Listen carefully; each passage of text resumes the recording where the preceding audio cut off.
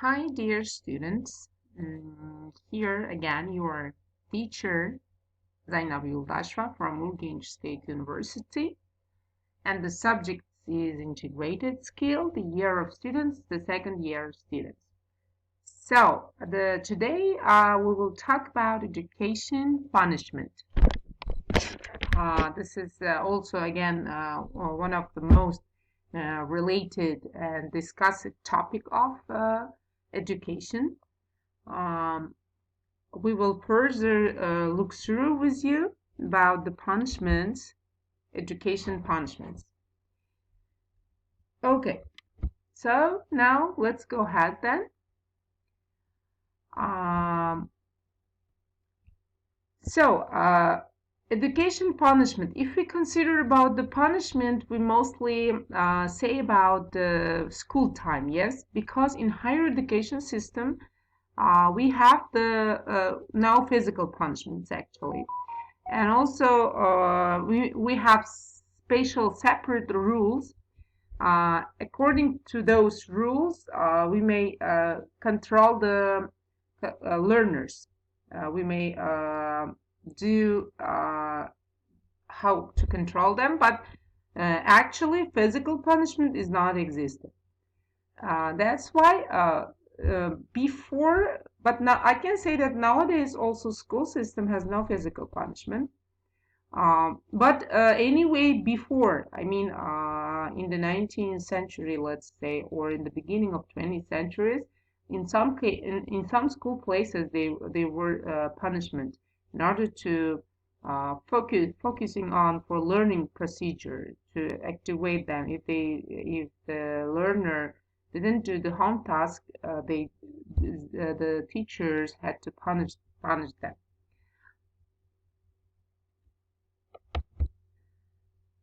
And so, why dropped out? Here you may see some punishment at school. I mean, by the teacher. Delhi Zafar, 16, dropped out of his school in Robin's last year and now works at Humayun's tomb as a gardener. And I was a slow learner. And this person reminds about his academic year. I was a slow learner, which angered my teacher. At one point, I couldn't tolerate her verbal abuse and dropped out. And then he dropped the study. Here again, one person, Tulasi, class 4 student of government school in Hassan, was beaten by her teacher for asking for an extra help in her afternoon meal.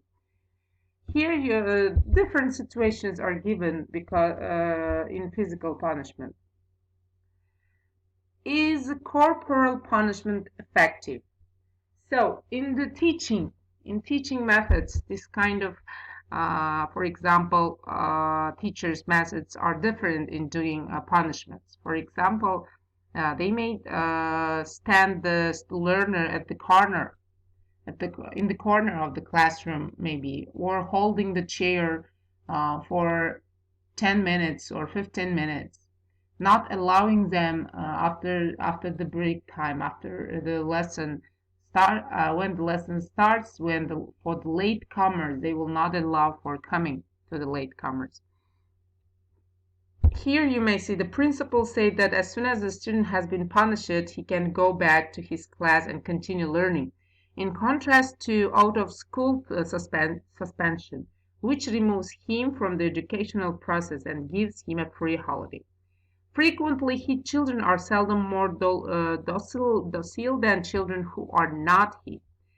The seeming and very short-term effectiveness that hitting may have will very soon wear thin if it's become habitual, and plenty of parents can be seen slapping their child around at every turn, without the least a bit of conviction and knowing fully well the child will keeping and acting up. Can corporal punishment lead to depression? Yeah, in some cases, I mean, the children or the learner are different, as you can say, the five fingers in the arm is different, so learners are also different. Maybe if the teacher do any kind of punishment for so impressive, I mean, so fragile people, I mean, when they get affected easily, it's better not to do punishment for them. Maybe speak mild tone with them and just try to keep the child's self-respect, especially in cases of public humiliation. And in these situations, better not to of course, in this period, depression can lead to depression. Why are teachers also unkind and cruel to me? Okay, why we must stop using corporal punishment? One argument made against corporal punishments is that some research has shown it to be not as effective as positive means for managing students' behavior. These studies have linked corporal punishment to adverse physical, psychological, and educational outcomes, including increased aggressive and destructive behavior, increased disruptive classroom behavior, vandalism, poor school achievement, poor attention span, increased dropout rate, school avoidance, and school phobia, low self-esteem, anxiety, somatic complaints, depression, suicide, and retaliation against the teacher. These kind of things are mostly probably will happen after the punishment, after doing constantly punishment. How do we know today that corporal punishment should be abandoned given its dangers? Yeah, but nowadays this kind of punishments are prohibited actually. Mostly hitting the child. This is totally prohibited in the middle, in higher education system and the secondary education system as well. At school, primary schools, higher education. So we may say that this is prohibited totally to give a punishment physically, mentally, punish the students, punish the learners, or punish the school pupils. But if we may pay attention for the periods, the most ancient parts of the brain are those that have been common with reptiles and other animals. They regulate the functions that ensures body survival.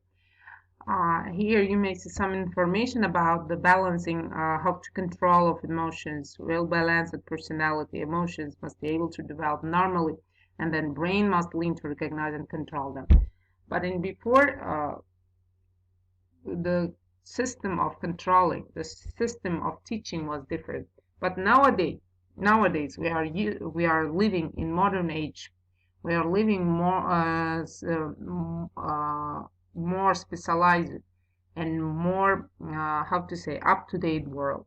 That's why uh, everybody is ready to learn self-esteem, to be self-dependent.